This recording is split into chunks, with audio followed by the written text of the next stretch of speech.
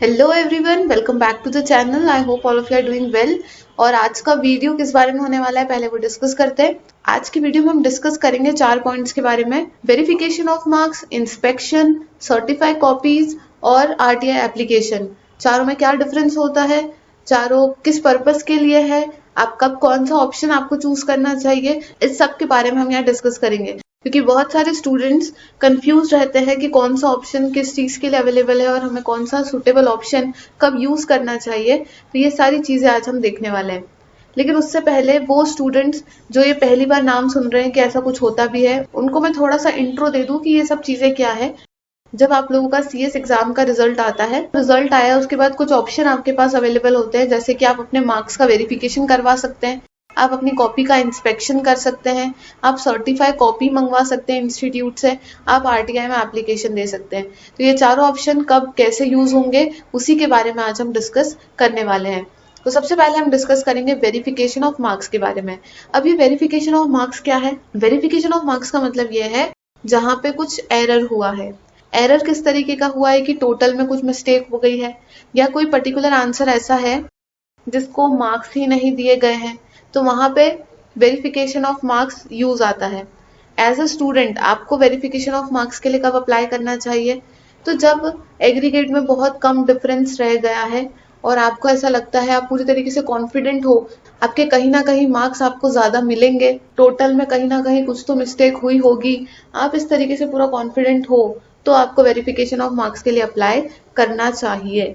तो वहां पे वेरिफिकेशन ऑफ मार्क्स को यूज किया जाता है। वेरिफिकेशन ऑफ मार्क्स में आपको आपकी कॉपी नहीं मिलेगी, आपको अपनी कॉपी देखने को नहीं मिलेगा, सिर्फ आप उनको अप्लाई कर रहे हो कि वो लोग आपके मार्क्स को एक बार वेरीफाई करें, एक बार जो एरर है उसको चेक करें, कहीं कोई टोटल में मिस्टेक तो नहीं है उसको चेक करें, कहीं कोई ऐसा आंसर तो नहीं है जिसपे उन्होंने आपको मार्क्स ही नहीं दिए, तो वो एक बार वो लोग चेक करें, उसके लिए आप उनके पास अप्लाई करते हैं। सबसे पहला क्वेश्चन, कितने डेज में आपको अप्लाई करना होगा? तो जब से आपका रिजल्ट आया है, रिजल्ट से विद इन 21 डेज आपको अप्लाई करना होता है for verification of marks. 21 days के अंदर आपको अप्लाई करना रहेगा मार्क्स वेरिफिकेशन के लिए। कितनी फीस आपके ऊपर एप्लीकेबल होगी? तो फीस लगेगी पर सब्जेक्ट 250 रुपीज। आपको 250 रुपीज का पेमेंट करना पड़ेगा पर सब्जेक्ट। जिस भी पर्टिकुलर सब्जेक्ट के लिए आप बहुत ज्यादा कॉन्फिडेंट है, आप उसके वेरिफिकेशन के लिए अप्लाई कर सकते हैं। वेरिफिकेशन की fees 250 rupees per subject applicable होगी। तो अब जैसे आपको 2 सब्जेक्ट के लिए अप्लाई करना है, 1 सब्जेक्ट के लिए अप्लाई करना है, जितने भी सब्जेक्ट के लिए आप अप्लाई करेंगे उस अकॉर्डिंग आपके ऊपर फीस एप्लीकेबल रहेगी। आप लोग कैसे अप्लाई कर सकते हैं? तो अप्लाई करने के 2 मोड है, थ्रू ऑनलाइन मोड और ऑफलाइन मोड। तो जब आपके पास ऑनलाइन मोड अवेलेबल है तो ऑफलाइन अप्लाई करने से कोई मतलब नहीं है, ऑनलाइन मोड ही बेटर मोड है अप्लाई करने के लिए। तो आप लोगों को ऑनलाइन मोड में ही अप्लाई करना चाहिए। अब कुछ गाइडलाइंस हैं कि वेरिफिकेशन ऑफ मार्क्स में क्या होगा, क्या प्रोसेस फॉलो की जाएगी, वो देख लेते हैं। अब जो गाइडलाइंस है फॉर वेरिफिकेशन ऑफ मार्क्स, उसका पहला पॉइंट यही बोल रहा है कि जो भी कैंडिडेट वेरिफिकेशन करवाना चाहते हैं मार्क्स का, वो लोग अप्लाई कर सकते हैं इंस्टीट्यूट में। दूसरा पॉइंट क्या बोल रहा है कि अगर आपको अप्लाई करना है तो हमारे पास 2 मोड अवेलेबल है, online mode and offline mode, और 21 डेज में आपको अप्लाई करना पड़ेगा जब से आपका रिजल्ट डिक्लेयर हुआ। तो आपको बेटर है कि आपको ऑनलाइन मोड ही चूज करना चाहिए।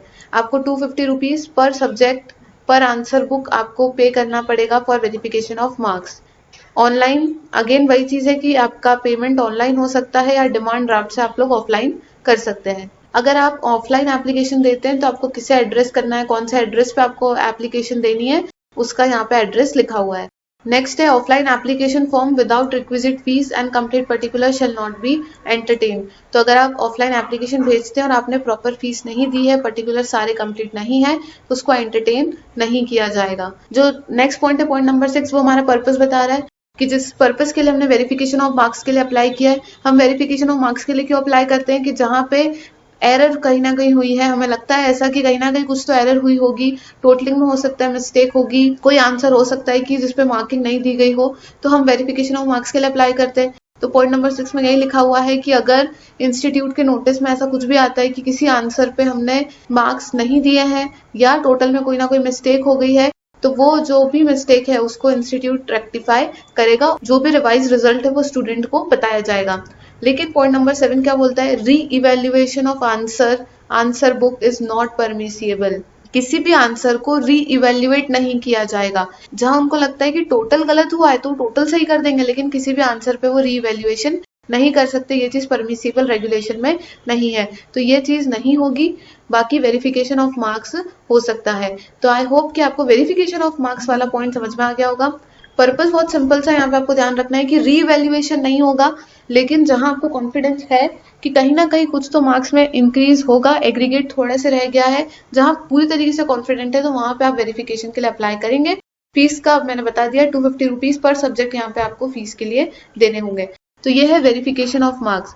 इसके बाद आपके पास दो ऑप्शन और है, इंस्पेक्शन और सर्टिफाइड कॉपी, उसको समझ लेते हैं। अब यहाँ पे आपके पास दो ऑप्शन और अवेलेबल रहते हैं, इंस्पेक्शन और सप्लाई ऑफ सर्टिफाइड कॉपी।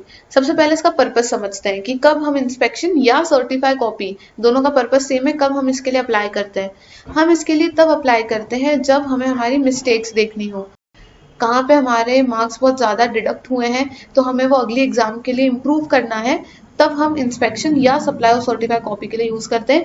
दोनों का पर्पस हमारा सेम रहता है, बस डिफरेंस क्या है वो हमको समझना है। तो सबसे पहले इंस्पेक्शन की बात करते हैं।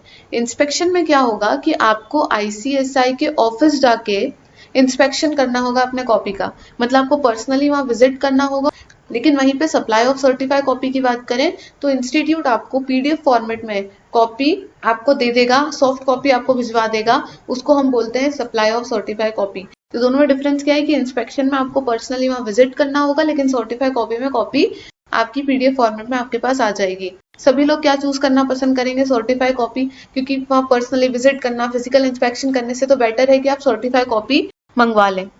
तो ये जो दोनों ऑप्शन है, इंस्पेक्शन एंड सर्टिफाइड कॉपी, दोनों का पर्पस हमारा सेम है कि हमको हमारी मिस्टेक्स देखनी है, बस जो प्रोसेस है वो डिफरेंट है। आई वुड एडवाइज कि आप सप्लाई और सर्टिफाइड कॉपी ऑप्शन को ही चूज करें। अब यहाँ पे कितने टाइम में आपको अप्लाई करना होगा, तो 30 डेज, जब से आपका रिजल्ट आया है वहां से 30 डेज में आपको इसके लिए अप्लाई करना है। चाहे आप इंस्पेक्शन के लिए अप्लाई कर रहे हैं या आप सर्टिफाइड कॉपी के लिए अप्लाई कर रहे हैं, 30 डेज में आपको अप्लाई करना रहेगा। बात करते हैं नेक्स्ट फीस की कि कितनी फीस एप्लीकेबल होगी। अगर आप लोग सर्टिफाइड कॉपी मंगवाते हैं तो 500 रुपीज पर सब्जेक्ट फीस आपके ऊपर एप्लीकेबल होगी, तो 500 रुपीज का पेमेंट करना होगा।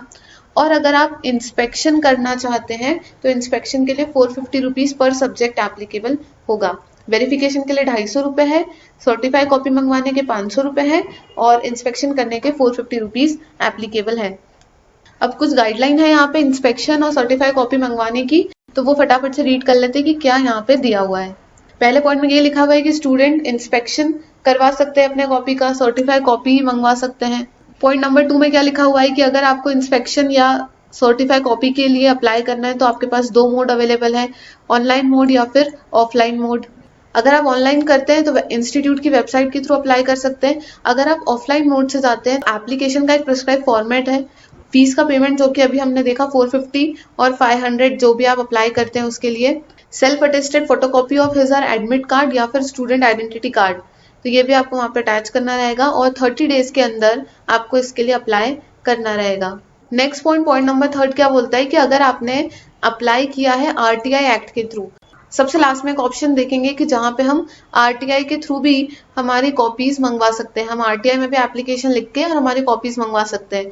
तो अगर आप उस मेथड के थ्रू अप्लाई करते हैं और अगर आप अपनी आंसर बुक में देखते हैं कि कोई एरर है या वैल्यूएशन में कोई इनकंसिस्टेंसी हुई है, तो वहां पे आप क्या कर सकते हैं, ग्रेवेंसेस के लिए अप्लाई कर सकते हैं ऑफलाइन। तो उसके लिए आपको एप्लीकेशन फॉर्म देना होगा, रिक्वेस्ट फीस का पेमेंट करना होगा, self attested photocopy of admit card और स्टूडेंट आइडेंटिटी कार्ड देना होगा इंस्टीट्यूट को 60 डेज में from the declaration of result और 15 डेज ऑफ इंस्पेक्शन और receipt of photocopy of answer book which ever is earlier. तो जब से आपका रिजल्ट डिक्लेयर हुआ वहां से 30 डेज या फिर जब आपने इंस्पेक्शन वगैरह किया वहां से 15 days, which ever is earlier, जो भी डेट पहले की डेट होगी वो आपकी लास्ट डेट होगी, वहां तक आप अप्लाई कर सकते हैं फॉर एनी ग्रेवेंसेज। नेक्स्ट है पॉइंट नंबर 4, फीस के बारे में बताया। 500 रुपीज लगेंगे for certified copy and 450 rupees लगेंगे फॉर इंस्पेक्शन। अगर आप ऑफलाइन एप्लीकेशन देते हैं तो किसको एड्रेस करना है, कौन से एड्रेस पे भेजना है, वो यहाँ पे लिखा हुआ है। ऑफलाइन एप्लीकेशन वही चीज कि अगर प्रॉपर फीस आपने नहीं दिया, डॉक्यूमेंट आपके इनकम्प्लीट है, तो इंस्टीट्यूट उसको एंटरटेन नहीं करेगा।